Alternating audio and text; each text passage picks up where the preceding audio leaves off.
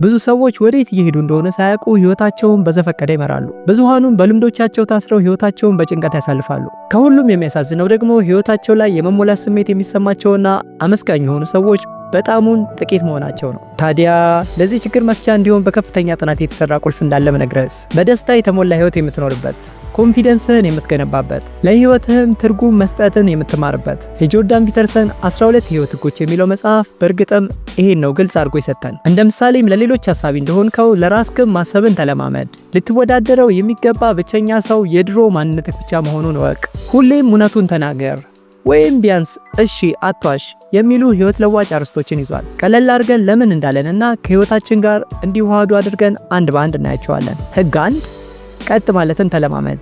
ትከሻ ወደ ኋላ፣ ደረትህ ወደፊት። ይህ ቅርጻችን ያማረ እንዲሆን ብቻ የተጻፈልን አይደለም። አቋምህ ለዓለም እኔ ይህን መስላለሁ ብለህ የምትናገርበት አፍህ ነው። ጆርዳን እንዲያውም አንድ አስገራሚ ምሳሌን ይነግረናል። ሎብስተሮች ታውቃላችሁ? እነዛ ጊንጥ መሳይ ነፍሳቶች። አሁን የምነግርህ ህግ ሰው ላይ ብቻ ሳይሆን ተፈጥሮም ላይ ሁላ ይሰራል ይለናል ጆርዳን። ሁለት ሎብስተሮች እርስ በርስ ቢጣሉና አንደኛው ቢሸነፍ የተሸናፊው ሎብስተር የአእምሮ ኬሚካሎች ይቀየራሉ። ይህም ሰውነቱን እንዲሰበስብና ተገዢ እንዲሆን ያደርገዋል። ያሸነፈው ደግሞ በተቃራኒው ሰውነቱን ይነፋፋል፣ ረጅም ሆኖም ይቆማል። በዚህም አካባቢውን በሱ ቁጥጥር ውስጥ አድርጎ ሌሎቹን ለሱ ያስገዛል። እኛ ሰዎችም ከዚህ የተለየን አይደለንም። እስኪ ይሄን አስቡት። ሁለት ሰዎች የሥራ ቃለ መጠይቅ ሊያደርጉ ነው። አንደኛው ቀጥ ያለ አቋም ያለው በኮንፊደንስ የጠያቂውን አይን እያየ የሚያወራ ጠበቅ ያለ የእጅ ሰላምታም የሚሰጥ አይነት ነው። ሌላው ደግሞ ከትከሻው ጎበጥ ያለና አይን ማየት ስለሚፈራ መሬቱን የሚያይ የእጅ ሰላምታውን ቢሆን የተልፈሰፈሰ አይነት እና ስራውን ማንም ያገኝ ይመስላችኋል? ግልጽ እኮ ነው አይደል? እዚህ ጋር ልናውቀው የሚገባ ሌላ ጠቃሚ ነገር አቋማችን ለሰው መልእክት የምናስተላልፍበት ብቻ ለመሆኑን ነው። ልክ ሰዎች የኛን አቋም አይተው እኛን እንደሚመዝኑን ሁሉ ራሳችን ለራሳችን የሚኖረንን ግምት ከአቋማችን ጋር በጣም የተገናኘ ነው። ስለዚህ ካንተ የሚጠበቀው ልክ እንዳርስቱ ትከሻህን ወደ ኋላ፣ ደረትህን ወደፊት ማድረግ ብቻ ነው። አእምሮህ አቋምህን ሲያይ በራስህ እንደምትተማመን ስለሚያምን እነዛ በራስ የመተማመን ኬሚካሎችን አብዝቶ ባንተ ውስጥ ይለካል። ህግ 2 ለሌሎች ሐሳቢ እንደሆንከው ለራስህ ማሰብን ተለማመድ። እዚህ ጋር ጆርዳን አንድ ጠንከር ያለ እውነታ ይነግረናል። ለሰዎች የምናዝነውን ያህል ለራሳችን አናዝንም። ሰዎች ላይ የማንጨክነውን ጭካኔ ደግሞ ራሳችን ላይ እናደርጋለን። ጓደኞቻችን በፈለጉት ሰዓት ሳናመነታ የፈለጉበት ቦታ ተሯሩጠን እንገኛለን። የፈለጉትንም ሲያወሩ እንሰማቸዋለን። እንደዚህ አድርግ ብለን የቻልነውን ያህል እንመክራቸዋለን። ብዙዎቻችን ግን ይሄን ለራሳችን ስናደርግ አንታየም። ውስጣችን ስሙኝ እስኪ አንዴ ይለናል። እኛ ግን ቦታ ሰተነው አናቅም። ሰውነታችን እባካችሁ መሽቷል ደክሞኛል ልተኛ ይለናል። እኛ ግን ቆይ ትንሽ እያልን ስልካችንን ነካካለን። ጀርባችን እረ ክብደታችንን አልቻልኩትም እባካችሁ ቀንሱልኝ ይለናል። እኛ ግን ጭራሽ የምንመገበውን እንጨምራለን። ነፍሳችንም ጥሪ ይሄ ነው ህልሜን ልኖርበት እያለች የተማጸነችን ነው። እኛ ደግሞ ያልተፈጠረችለትን ህይወት እያስኖርናት እያስጨነቅናት። ጆርዳን ይሄ የሚፈጠረው በውስጣችሁ እኔ እኮ እንክብካቤ ያስፈልገኝም የሚል ጎታች ድምፅ ስላለን ይለናል። ያ አንተ እኮ አትችልም፣ ይሄማ ለአንተ አይገባህም የሚል ገዳይ የውስጥ ድምፅ። ይህንንም በቀላሉ የምናስወግድበትን ትግበራ መጨረሻ ላይ እናያለን። ህግ 2 ህግ 3 እና ህግ 5 አብሮ የያዘ ይሆናል። አሁን ከሀሳባችን ሳርቅ ወደ ቀጣዩ ህግ እንሄዳለን። ህግ 3 ጥሩህን ከሚመኙ ጋር ብቻ ጓደኝነትን አድርግ። ብዙውን ጊዜ ጓደኞቻችንን አጋጣሚዎቻችን ሲመርጡልን ይስተዋላል። እንዴት ግን ጓደኛሞች ሆናችሁ ተብለን ስንጠየቅ አብረን ስለምንሰራ ወይም ይሄ አጋጣሚ አገናኝቶን እንላለን። እዚህ ጋር በደንብ ማወቅ ያለብን ግን እንዲከቡን የፈቀድላቸው ሰዎች እኛን እንደሚሰሩን መንገዳቸውን መንገዳችን፣ ማንነታቸውን ማንነታችን እየሆነ እንዳይመጣ ነው። ስለዚህ ባጭሩ ህልማችሁን በማይረዱ ሰዎችና የእነሱ ማናኗር ዝም ብሎ ኑሮ መሞትን የሚሰብክ አይነት በሆኑ ሰዎች በፍጹም እንዳትከበቡ እያልኩ ወደ ቀጣዩ አልፋለሁ። 4ኛ ልትወዳደረው የሚገባ ብቸኛ ሰው የድሮ ማንነትህ ብቻ መሆኑን ወቅ። ይሄ ከምንጊዜውም በላይ በሆኑ ሰዓት ያስፈልገናል። ስክሮል እንዴ አብረን እኮ ነው የተማርነው፣ እድለኛ ነው እዚህ መድረሱ አለሁ እንጂ እኔ እድለቢሱ። ስክሮል ወይኔ እሷ እኮ እንዴት እንዳማረባት ደግሞ ያገባችው ባል።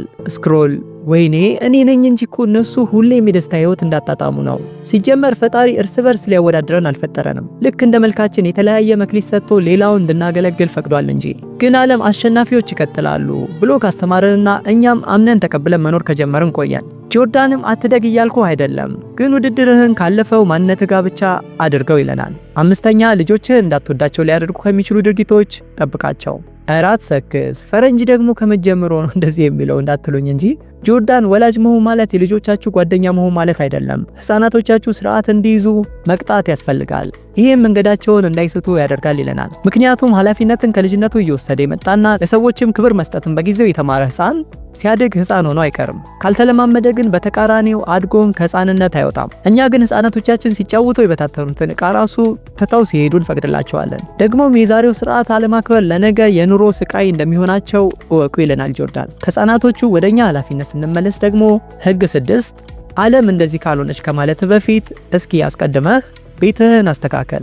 ወደ አእምሮ ስለ አንዳንድ ነገሮች ወቀሳ በመጣ ቁጥር አይ እነሱማ እያልክ ከማማረርህ በፊት እኔስ ይህን ችግር እንዴት ነው ቤቴ ውስጥ ፈትቼዋለሁ ወይ ብለህ ጠይቅ። ለምሳሌ ምንድነው ከተማው እንደዚህ የቆሸሸው የሚል ሐሳብ ወደ አእምሮ ከመጣ ግን የኔስ ቤት እንዴት ነው ሳሎኔ፣ ጓዳዬ ብለህ መጠየቅን ተለማመድ። ግማሹን ህጎች ጨርሰናል። ቀጣዮቹን አጠር ያሉ ስለሆኑ አብረን እስከ መጨረሻ እንቆይና የቀሩትን እንደጨረስን ሶስቱን አንድ ላይ አድርገን የምናያቸው 4 ተግባሮች ይኖሩናል። ህግ 7 የእውነት ሊጠቅሙ የሚችሉ ነገሮች ላይ ብቻ አተኩር።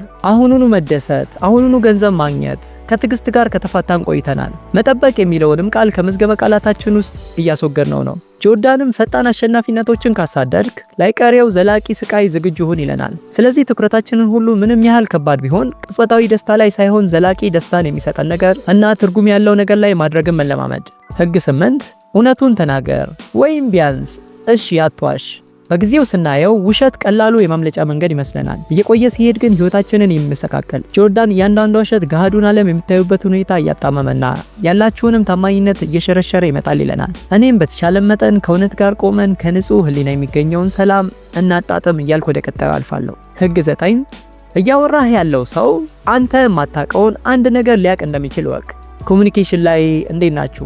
አብዛኛው ሰው ከሌላ ሰው ጋር ሲያወራ ቀጣይ ምን ብሎ እንደሚመልስ ስለሚያሰላስል ከልቡ አያዳምጥም። አለማወቅ ነውር አለመሆኑንም ረስተናል። ያገኘናትን አጋጣሚ ተጠቅመን የምናቅ መስለን ለመታየት እንጣጣራለን። ይሄ ደግሞ አዲስ ዕውቀትን እንዳናስገባ አድርጎናል። እስኪ በቀጣይ ሰው ሲያወራ ለማቋረጥ ስንሞክር ወይም ሳይጨርስ እሱን ነገር አውቀዋለሁ እኔም ስንል ራሳችንን እንያዘው። ህግ 10 የምታወራው ጥንቅቅ ያለ ይሁን። ይህ ማስቀድመን ካየነው ህግ ጋር የሚያያዝ ነው። በንግግራችን ውስጥ ያወቅነውን ሁላ ማጎር አዋቂ የሆነ እንዲመስለን ስለሚያደርገን ያስደስተናል። ግን ደግሞ ከሰውም ጋር የምናወራበትም ይሁን ንግግር የምናደርግበት ብቸኛው ምክንያት መልእክታችንን ወይም ዕውቀታችንን ማስተላለፍ መሆን አለበት። ዕውቀታችንን ማሳየት ሳይሆን ዕውቀታችንን ማስተላለፍ። ህግ 11 ልጆቻችሁ እየወደቁ ይጫወቱ። አንተ ልጅ ተው ትሰበራለህ፣ ኧረ ተው እንዳትወድቅ። በአብዛኛውን ጊዜ ልጆቻችን እንዳይወድቁ ብቻ ብለን ሳይሆን እንዳይረብሹን ተው እንላቸዋለን። እዚህ ጋር በግልጽ ስርዓት እንዲይዙ ማድረጉ ተገቢ ሊሆን ይችላል። እኛ ግን ትወድቃለህ፣ ትሰበራለህ የሚሉ የአትችልም ቃላቶችን በየቀኑ እናሰርጽባቸዋለን። ጆርዳንም ከልክ በላይ ለልጅ መጠንቀቅ እድገታቸውንና ጥንካሬያቸውን እንደ መንጠቅ ነው ይለናል። ህግ 12 ላይ ደርሰናል። በትልቁ ብቻ ካልተደሰትኩ አትበል። ህይወት አስቸጋሪ ነው፣ ስቃይ ማይቀሬ። ስለዚህ ከትናንሽ ነገሮች ውስጥ ደስታን ማግኘትን ተለማመድ ይለናል ጆርዳን። ችግሮች ቢበዙም ቆም ብለህ ትናንሽ ነገሮችን ማነቅን ተለማመድ። ዋው ዛሬ ጨረቃዋ ሙሉ ሆና ታምራለች። ዋው የዛሬው ቡና ቃና ደስ ይላል። ምስጋና ነውና ትንሽ ትልቅ ተብሎ የሚመደብ አይደለም። ማንኛውም ምስጋና ወደ ትክክለኛውና ወደ ተፈጠርክለት የመረጋጋትና የሞላ ስሜት ያመጣሃል። 12ቱ ህጎቻችን ይሄን ይመስላሉ። የትኛው ህግ የበለጠ እንደተመቻችሁ ኮሜንት ላይ ያሳውቁኝ። ዝንባሌያችሁን ስለሚያሳውቀኝ ለቀጣይ ቪዲዮቼ ይጠቅመኛል።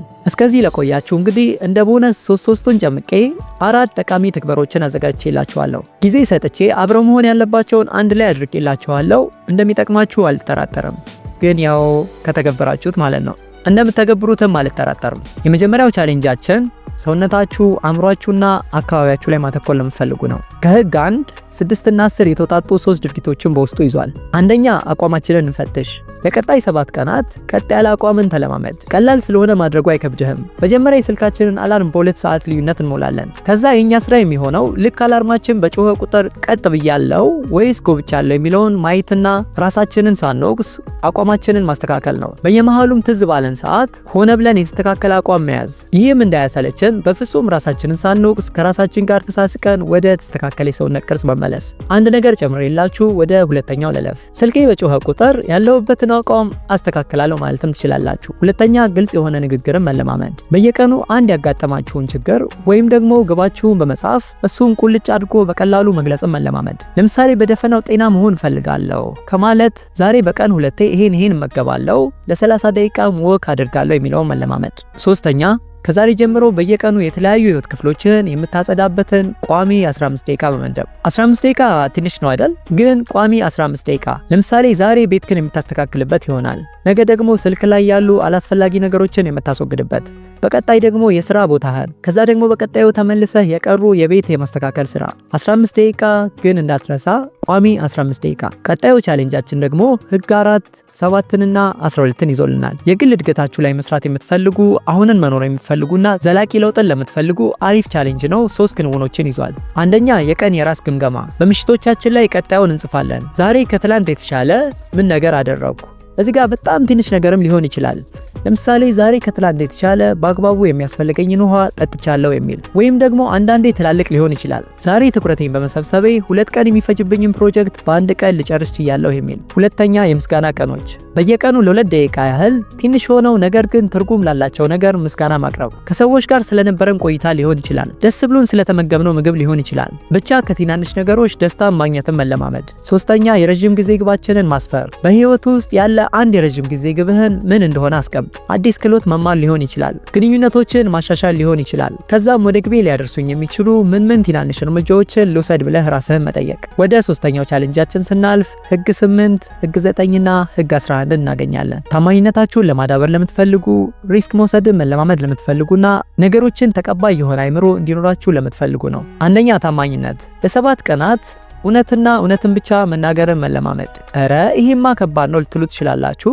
ግን እስኪ ቢያንስ ካለምንም ጥቅም የምንዋሻቸውን ውሸቶች እናስወግድ። ከቤት ሳንወጣ ወጥተናል፣ ሳንደርስ እዚህ ደርሰናል የምንላቸውን ውሸቶች ከኛ በማራቅ መጀመር። ሁለተኛ ሪስክ መውሰድን መለማመድ። በዚህ ሳምንት ሆነ ብለህ እስከዛሬ የሚያስፈራህን ግን ለእድገትህ የሚጠቅምህን አንድ ድርጊት አከናውን። ለምሳሌ ሰው በተሰበሰበበት መናገር ሊሆን ይችላል። ከማታውቀው ሰው ጋር አስቀድመህ ንግግር ማስጀመር ይሆናል። ሶስተኛ ለመማር መስማትን መለማመድ። በሳምንቱ ውስጥ ሆነ ብለህ ብዙ ጊዜ በሐሳብ ከማትስማማው ሰው ጋር ሄደህ ስለ አንዳንድ ነገሮች ተወያይ።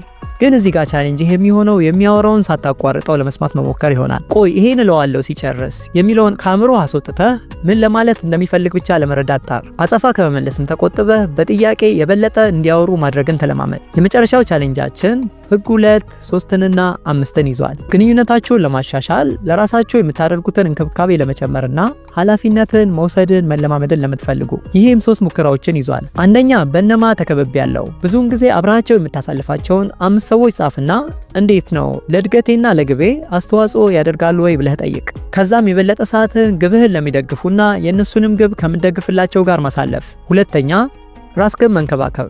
ለቀጣይ 7 ቀናት ራስህን የራስህ ተንከባካቢ ሆነ ተገኝ። አመጋገብህን ተቆጣጠርለት፣ እንቅልፍህንም እንደዛው። ጥሩ ስሜት ሊሰጡ የሚችሉ ነገሮችንም ለራስህ አድርግለት። ለምሳሌ እንቅስቃሴ፣ መጽሐፍ ማንበብ፣ ሜዲቴሽን። ብቻ ራስህን በራስህ ተንከባከበው። ሶስተኛ ኃላፊነትን መውሰድን መለማመድ። መለስ ብለህ የትኛው የህይወት ክፍል ላይ ኃላፊነትን ስትሸሽ እንደመጣ ለማየት ሞክር። ጤንነትህን መጠበቅ ላይ ሊሆን ይችላል። በዚህ ሳምንት አንድ ትንሽዬም ብትሆን ምን ድርጊት አንተ በራስህ ማከናወን ትችላለህ? እና እንግዲህ እስከዚህ ድረስ ከቆያችሁ ቢያንስ አንዱን ወይም 2ቱን ቻሌንጆች መሞከር ይገባችኋል። የትኛውን ቻሌንጅ እንደምትሞክሩ ብትነግሩኝ ደግሞ እኔ በጣም ደስተኛ ሆናለሁ፣ ሌሎችም ይነሳሱበታል። ከልብ ወዳችኋለሁ። ሌላ ቪዲዮ ላይ አገኛችኋለሁ።